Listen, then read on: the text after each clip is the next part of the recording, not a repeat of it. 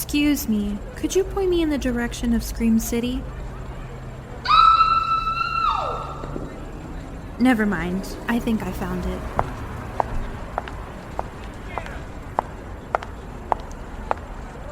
Hello, horror freaks. Welcome back to ScreamCity. I'm your host, Jessica. And I'm Monica. And today we are talking about yet another classic, Friday the 13th. Yes. We are very excited to continue with this movie. However, how are you, Monica? I haven't seen you in maybe 7 years? Closer to 8. Closer to 8, yeah, right. I think so. You know, life just likes to kick my ass. And I don't appreciate it. I feel that. But as Lil Wayne said once, something about life is a bitch and... She wanna lick my lollipop. Was that him? Wrong song. You know what? No, now I'm actually really curious because now I need to look up the life is a bitch and the life's a bitch. Nah, better yet, a damn broad. And I bet I can fuck the world and make it come home. Yes, absolutely. Only said by Mr. Lil Tunchi. That's like one of his one of his many names. Anyway, yeah, that's kind of how I've been feeling. I've been feeling like Lil Wayne lyrics. Okay. Yeah. Okay. Yeah. So. Okay. You know, here's to hoping life gets better. Yes. Before nothing, okay? Because it's just gonna keep getting better from here on out. Like, I love life. I went to therapy this morning. That's good. So that's peak. The pit is just life. You know? Yeah. Yeah. What about you? Are you in school? Yeah, school is doing good. Is it a pit yet? Huh? Is it one of your pits yet? No. No? Okay. No. Pit maybe was like a really rough emergency that I had at work a couple weekends ago. Like, it didn't hit me until I was like pulling up to my driveway and I just started bawling my eyes out. Yeah, those stick with you. It was so sad. But a peak, I got my nails done. Let me see. Well, I mean, you can barely see. Oh, okay. Oh, but, I like the color. Yeah. Pedicure's next, though, because them dogs. Okay. Them dogs need a all right. little trim. Anyway. Okay. But anyway. Finally getting into the movie. What we all came here to witness and see. Or listen to, actually. Mm-hmm. Like we mentioned in every episode, there will be spoilers. So don't say that we didn't warn you. Mm-hmm. Now, given this movie has been out since 1980. 80? Right? Yeah. So if you haven't seen it, well, that's on you. That is on you.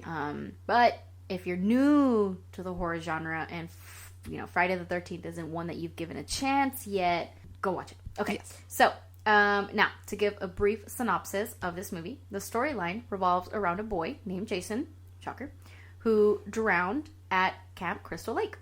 The camp closed down the next year because two camp counselors... Try saying that 3 times. Camp counselors had been murdered. Have been murdered, but fast forward to the year 1990, the camp reopens 80. And the camp counselors, there it goes again, start getting killed one by one. Yes. Yeah, that is just a brief synopsis of it, and a little. Yeah, it's always the camp counselors. It's always the camp counselors. It's always the camp counselors. I feel like we'll probably get into it a little bit later, but I feel like this movie is the reason why you should not have sex in a scary movie. Period. This is like where it came from, I would say. I think Halloween too. I guess too. But didn't that come out? No, Halloween came out 70 something. That's true. Yeah. Well, I think it just shows in time and time again. Period. Each movie that comes in every slasher. Just don't have sex. Make a long story short. Don't be fucking. Don't be fucking in a horror movie. If there's people dying, period, your first instinct is to just fuck. Like, you deserve. You got issues. You got issues. At that point, you have issues and you deserve to die. So I 100% agree. All right. But now that we have that out of the way, Monica, what was your first impression watching this film for the first time, and what would you say is your favorite scene and kill? Okay, now, first impression, shocker, I don't remember when I first watched it, but I remember not being, like, fully immersed into the movie, if that makes sense. Like, it did take a few watches for me to feel okay about the movie itself, and even now, I won't lie, it's not a favorite of mine. It's not one of the classics that I am going to give you a full history lesson about and tell you how much the universe and storyline mean to me, because it don't. it just doesn't. I do like how the killings start off right away at the beginning, though. Like, they don't really give you... They're like, we didn't come and fuck around. We know what you came to see. Here's some kills. Now, my favorite scene, I like the reveal at the end. It's pretty, like, okay. Including the death of Pamela. So either that or between the very end when Jason actually shows up for the first time and then does the iconic, like, come out of the lake type of grab. So, but as far as my favorite kill, I like Jax, who is Kevin Bacon's death. Slay. And then I do think that it was one of the really good creative ones, and, like, it was pretty gruesome. So good job, Tom Savini, on that one. Because I think he designed, or, you know, was the makeup artist for all of the kills in this. And so I was like, hell yeah. Slay. Slay. Quite but literally. yeah, I liked it a lot. Yeah. What about you? My first impression, I actually enjoyed it. Okay. Like, I thought it was a fun and entertaining watch. Okay. Right? I feel like a lot of people talk shit about it and, like, totally understood. Yeah. But overall, I'm nothing super against it. I can't say Jason is I'll get into this. So the thing is, like, I respect Jason as a horror character, and I will always buy his merch. Okay. I will buy things that have him on it. Okay. And I like, that's, like, the best way that I can put it. I respect him as a slasher killer and, like, being part of the horror genre. Right. Now, but is it going to be one of the movies that I reach for all the time? Right. Is it a comfort movie for me? Is it one of my favorites? I'm going to say no. No. You're going to hear a little bit more when we start rating this movie, but it's not a fave, babe. Correct. She wasn't giving. She doesn't give because she doesn't have the sass and the comedic timing of Mr. I will say I do Krueger. I like my horror characters, and I like my slasher kings and queens to have a little pizzazz to them. And Jason is everything but that. Yeah. He's kind of like bland. Yeah, like, he wasn't giving. And we're probably going to get, like, you know, executed for this, but there are some people who feel really strongly about him, and I'm like, hey man, Slay. Don't get me wrong, that boy is traumatized. He sure is. Literally. And hey, I probably do the same thing. Yeah, 100%. You know, revenge. But I also feel like, I don't know. However, if I were to do what Jason does, I would add a little pizzazz. Like, I think what makes him funny is the fact that he's just, like, he's monotone. Funny. Yeah. Yeah. So that was my first impression. You know, I genuinely, it was a good watch. Yeah. My favorite scene has to be when Pamela, Mrs. Voorhees, arrives near the end of the movie, and Alice runs to her and is like, "Oh my God, I'm so glad you're here, blah, blah, blah, like, help me," or whatever. And Pamela puts on this whole ass, fake ass, like, act, which, quick side note about Pepsi? Pepsi? Like the Coke? Or Betsy. like the soda? Betsy Palmer. That was funny. Anyway, quick fact about Betsy Palmer. She agreed to do this movie because her car had just recently, like, stopped working.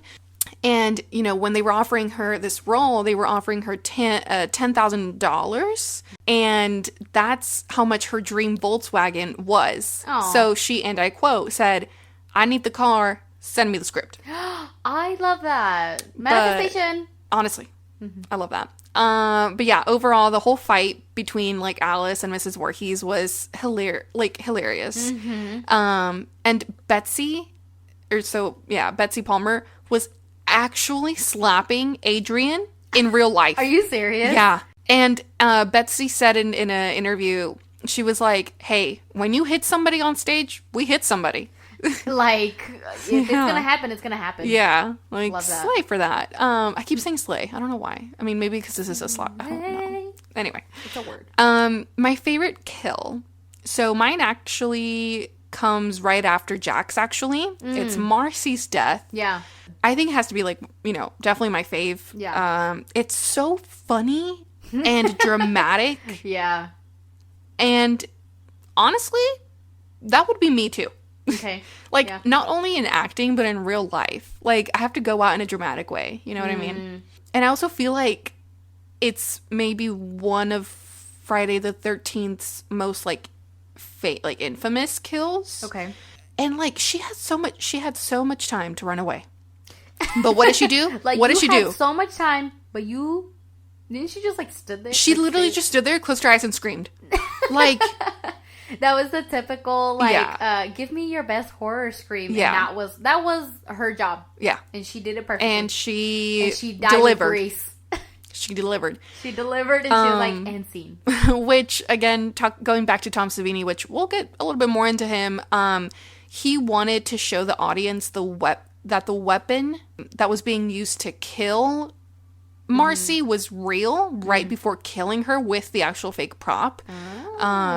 So that's why the scene right before the axe goes straight down to it, Yeah. or the hatchet, is an actual one. Like, it's an actual machete.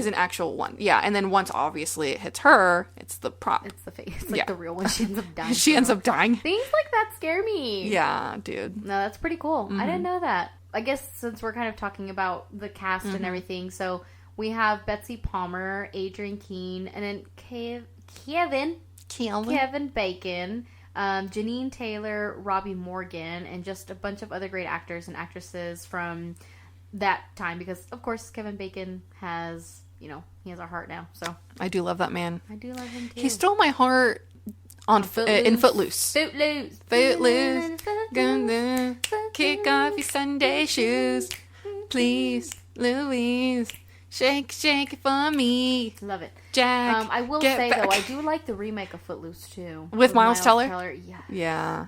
I'm an OG. That's Melody's favorite. Definitely gotta be an Footloose. OG type of gal right for here. sure. There's nothing ever wrong with an OG, but if Right. you like a remake, you like a remake. Yeah. There's no wrong with it. Which, funny enough, Kevin Bacon was also recently on another camp slasher He was. movie called He was. They Them. Slash Them. I love it. I love it. What is it, like, by Icon? Yeah. Love. Honestly. I haven't watched it. It's definitely on the list. I haven't watched it either, but I think we should watch it soon and maybe review it. Because Yeah. I heard good things about it, but I can't tell if it's because of TikTok. I don't trust TikTok reviews about anything. Same. Especially book talk. Y'all have ruined my trust with reviews with Yeah. anything. So, and again, because a lot of them are also just Hashtag like a lot de-influence. younger. Yeah. Yeah, I've heard really mixed things about it. Yeah. But knowing me, I'll probably like it. Yeah. I mean, Yeah. same. I think I'd enjoy the movie. Mm-hmm. So, yes. But it is cute to kind of see him again in that type of like setting. like setting and environment. Yeah. So that's pretty cool. But Tom Savini was also part of the crew since he was the FX makeup artist. And we love seeing him every time that he comes to horror conventions that like Jess and I go to. And I think he is also a frequent guest. And I think they already announced that he was going to be at the next one that we're wanting to attend. Yes. So he seems really sweet. He does. I feel like he got a lot of attention at the beginning, and I think now since he's more of a frequent goer, that people kind of were like, okay, great, all right, next. Yeah. There's been times where I've seen his table pretty empty. And I get so sad. Yeah, I'm like, Tom Savini. Yeah, he would be interesting to meet. He was actually one of the first people considered to help with the movie because the producers of Friday the 13th really liked his work on Dawn of the Dead. Because he is an icon. Seriously. And she is the moment. And honestly, like, she is the moment. Yeah. Like, yeah, no, if we do happen to see him, I think it'd be cool to kind of just get, like, a cute little I would autograph. love to do like an autograph and a picture with him, Yeah. hopefully this time around, because his work really is, like, what literally brought out all of this, like, our favorite slasher movies.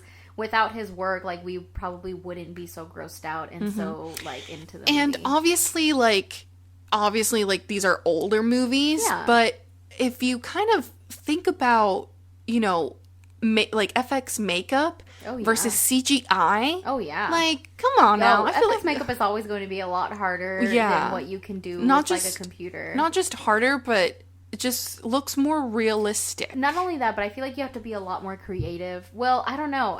Then again, I'm also not a CGI expert, and I also don't work with any of that. But I just feel like there's something more obviously authentic and real with using your hands to be able to create something so gross. versus like being able to recreate something like with like a computer editing. Right. But kind of going into like some of our fun facts, they're all mostly about Tom Savini. So very unfortunate, but the scene with the snake was not originally scripted. Tom Savini wanted to add it in after he experienced a similar situation when he stayed at the camp, but unfortunately that the snake, which I feel like this is a known fact all around it, because I've heard it of other people talk about it too, but the snake that they killed on screen was a real snake. And I think the owner of the snake was on set too, so he had to like watch his snake die. And it was like really unfortunate. Now, did something happen after that, like legal wise? I don't know. That's like bits and pieces that I've heard. I don't know how much of it is true, but I have heard that like the snake death that we see is like, that is so depressing. Yeah, like again, I heard it in a different podcast, and then I saw it like in an article, but I mean, the internet likes to lie, so, so I don't know. I mean, we gotta ask Tom. Oh, that's so true. We gotta ask Tom. I'm sure he gets asked about it quite a bit. Yeah. I don't know what he would say now. I really like snakes. And I would love to own one. I would like to think I could, but I don't think I can. I would love to own one in the future, of course, because, you know, I have a cat. But it's pretty sad. But anyway, I also read that it was nominated for a Razzie Award. Oh, okay, cool. For being the worst movie. I love, yeah, I mean, there you go. I think that should point and blank kind of show Honestly, I don't blame them. Yeah. It literally had a parody movie made one year later called Saturday the 14th. I'm fucking deceased. That is hilarious. What do you think about that, Monica? You know what, and I actually didn't know that, but that's one of the things that I talk about where I'm like, I don't think this movie was made, I can't explain it, but I feel like it wasn't made with the same intention that like Halloween was made with, or like what Freddy Krueger was maybe made with like later on. But there's just something about the Jason movies and the Jason like plot line, and like I feel like it has potential, but it just wasn't executed right. So now I feel like people just kind of see it as a joke. 100%. But again, he's definitely still part of like the slasher genre, and he's an iconic figure to be representing like the horror, like what a slasher killer can look like. But aside from his costume and his weapon, like there's not much to him other than a very traumatic past. Yeah.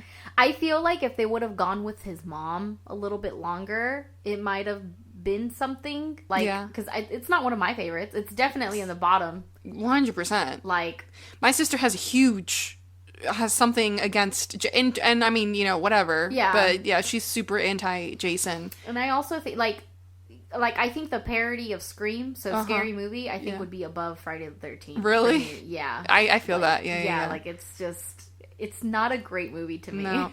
I will say I like The Mask, but I'm not sure if I'm saying that just because I have a thing for hockey players. Oh, right. I mean, what hockey player wears those type of masks nowadays? I mean, true. But still, I have a mask king, period. Oh, okay. Moving on. All right. But anyway, yeah, so that's pretty funny. And I'm obsessed with the fact that they were nice enough to wait at least 1 year.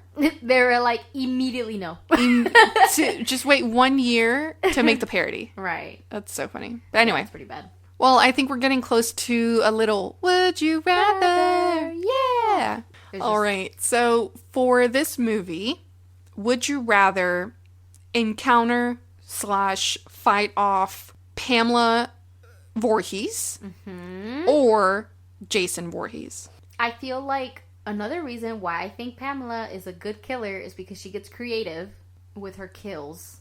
I feel like I would rather fight off Jason just because I feel like he'd be easier. Okay. Pam Wham, on the other hand, she is scary. Okay. In many ways. She is scary.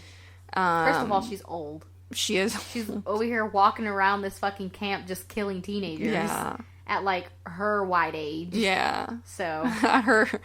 Oh my god, there's so many funny memes about that. But yeah, at her whatever age. Okay. Yeah. But, Alright. yeah, I think I think I would probably- also choose Jason. I think Jason...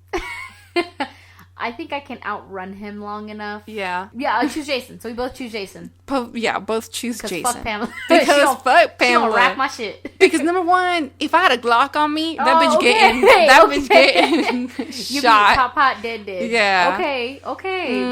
Makes sense.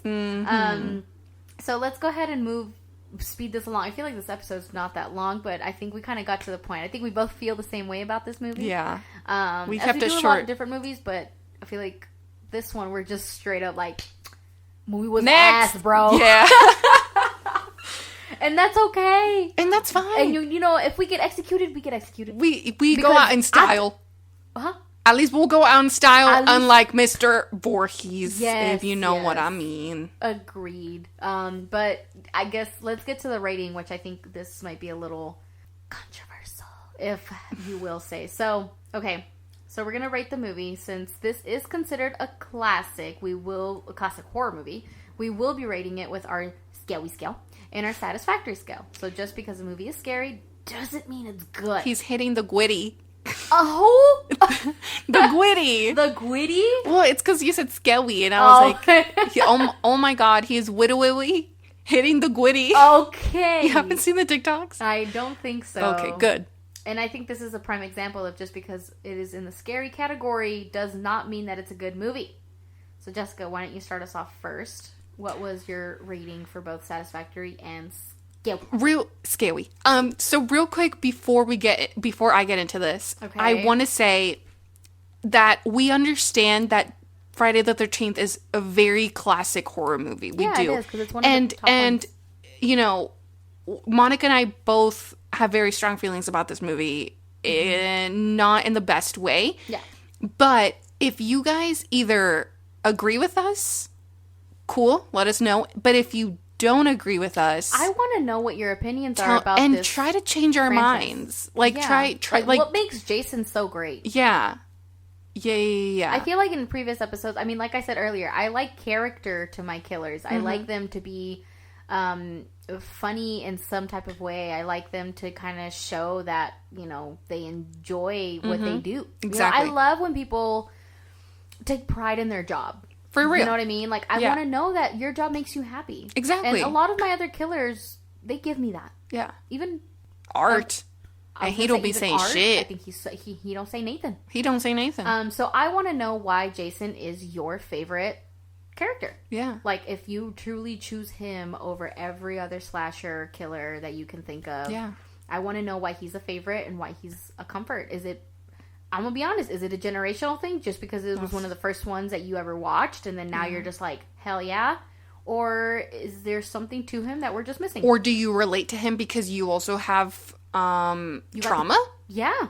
But yeah. But for this movie specifically, what do you rate it? So scary.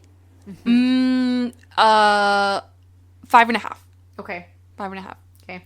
Satisfactory. Satisfactory. A 4.5.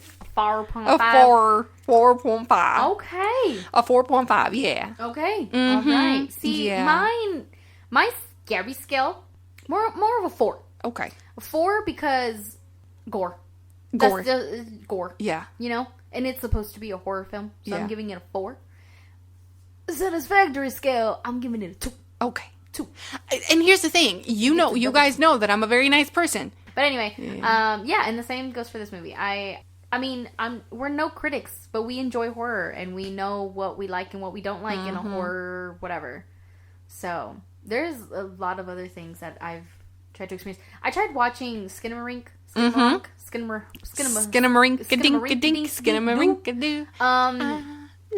So the thing that I watched this one TikToker who was like, I think what people need to understand is that people who are saying that this movie is an amazing movie are people who, like, it suits to their fear or their level of fear or their level of what a scary movie is to them. And I will be honest, we started watching this movie, but we didn't finish it. And not because we were bored, but we were just so confused. The cinematography of this movie is just a bunch of shots put together with like whispering in the background and like of like this house, and like the quality of the video is not the best. It's kind of like a found footage, but there's not a lot going on. I feel like, so I haven't watched the movie, but from what I've seen, you know, like trailers or clips, whatever, I think it's just trying to make you feel very it's supposed to be unsettling. Well, that's what I was going to say. That the point, I think, of this movie is to make you feel unsettled. And so, like, when people feel unsettled, they feel scared. But, like, I feel like there's different levels to what scary can be. So, I wasn't really scared watching this movie. If anything, I was just confused because I was like, where's the plot?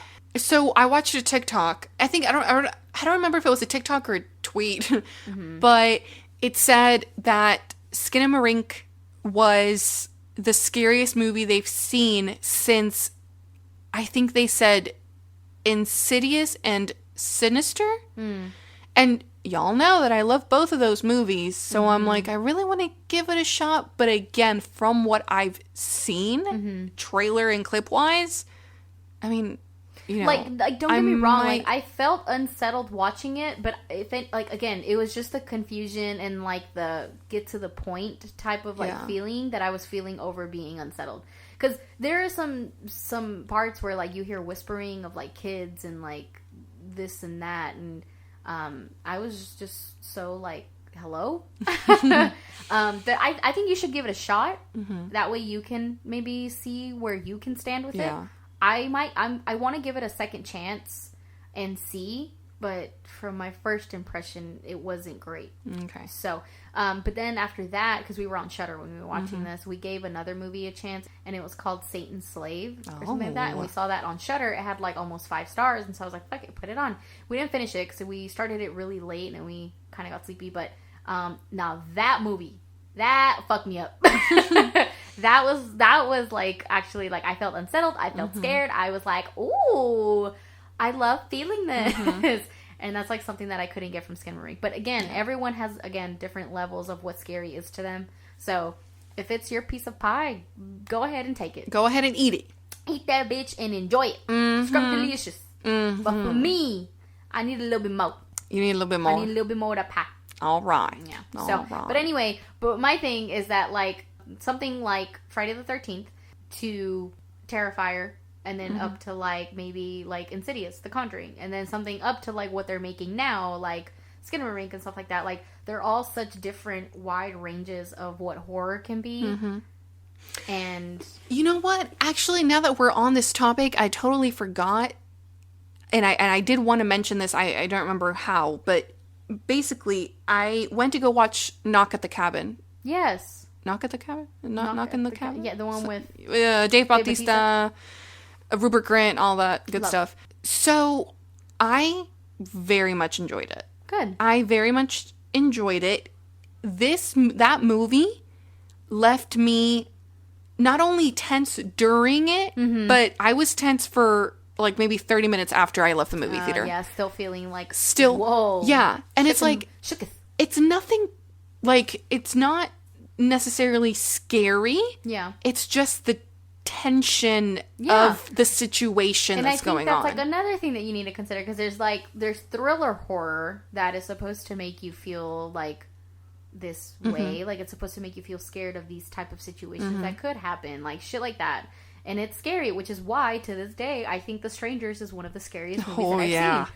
Because when I think, and honestly, I think about, not literally getting it tattooed, but getting something, because it is like the most terrifying line that I will ever, will hear is, because you were home. Yeah. That's it. Like, that's all it takes for some of these, like... These crazy people. Crazy people who literally don't give a fuck. Because they were home. Because they were home. So like, how terrifying it is to hear that. It's such a simple phrase, but it's with so scary. with such a intense meaning. Whoa. I saw this TikTok of this one man who was giving like self-defense tips on like if you were living, like if like if someone would break into your home at night. Have you seen that? And then he starts talking about like, this is what you need to do. You need to make sure you lock this with that. This is the type of device I'm gonna be grabbing my strap. Right. Well, the thing is, something that he said in the video that people kept commenting over and over, they were like, I didn't even think about it that way, was like, if someone breaks into your home during the day, they want your things. If they break in during the night, they want you. And I'm like, bitch, why would you tell me that? That's creepy. But it's true. Like, stuff like that is like so terrifying to think about. So I don't know if it just maybe depends on what mood you're in, on the type of horror that you watch that day or night or what it is. But just Friday the 13th didn't do it for me. That's just like the best way that I can put it. I watched it at a pretty young age, but even then, I think already watching like so many other slasher movies and stuff, given I know this movie came out before I was born. Right. And all of these other slashers did too, so I had a chance to see them all in different orders, so I didn't get to watch Jason for the first time when it first came out, and then watch like whatever else came after. I think you were kind of getting into this a little bit earlier, but it kind of maybe like generational thing. Yeah. You know, you have to kind of maybe put yourself in their shoes, you know, the people who watched it in 1980. You know, not only was the world different back then in so many ways, but horror was different, of course. So obviously now that we have so much such a horror, wide range of what horror is in the real world and in cinema, we're able to kind of distinguish or we're able to kind of realize or figure out what type of horror is best for us. Yeah. And which horror we like the most. Because I'm assuming, like, back then, like, you only had so many to compare it to. Yeah. So people are going to see that and be like, oh, that's fucking phenomenal. Yeah. Like, that's amazing. Right. And so, they'll die on that hill. Great. Yeah. Yeah. Like, it's fine. It's good for what it was. But now that I have so much to compare it to, like, I don't... Yeah. Not that I don't care for it. It's just not a favorite. That's, like, the best way I can put it. So, good convo. Good combo. Sounds good. We kind of went off a little bit of tangent, but it was still within. But it was limits, so yeah. Well, I think after that little tangent we just went through, I think we're getting close to the end. Again, thanks to everyone listening. And if you're a new horror freak joining us for the first time, hello and welcome. And we hope you enjoyed this episode. We hope you guys stay. And of course, feel free to follow us on social media. We'll have everything linked in the description of the episode. Yeah. And like Jess says, thank you for tuning in and listening.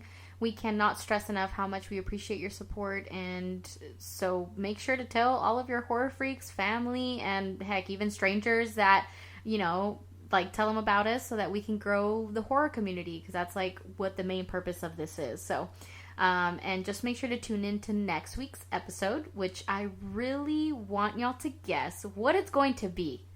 So, this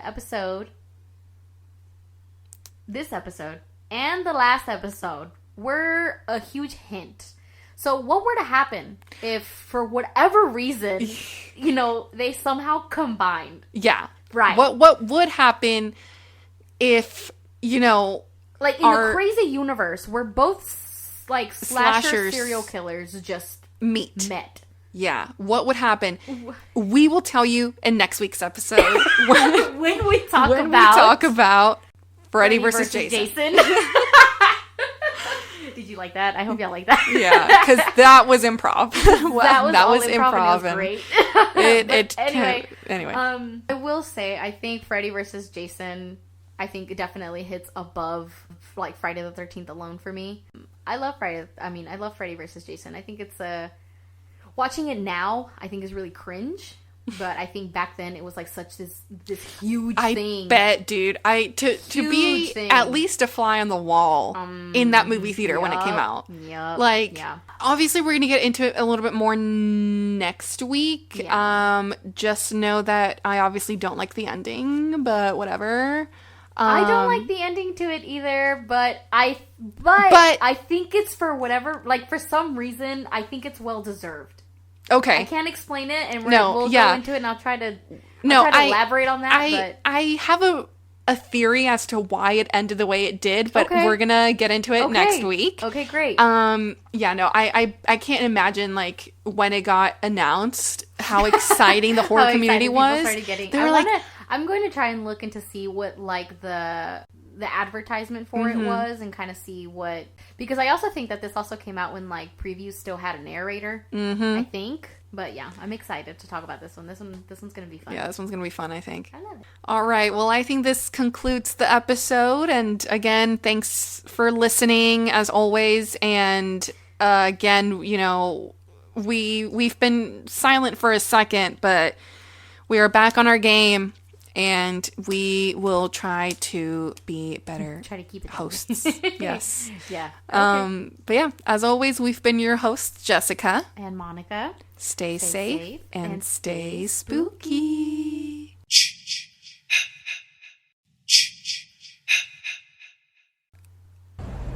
Oof, that was scary. I can't wait to come back next week.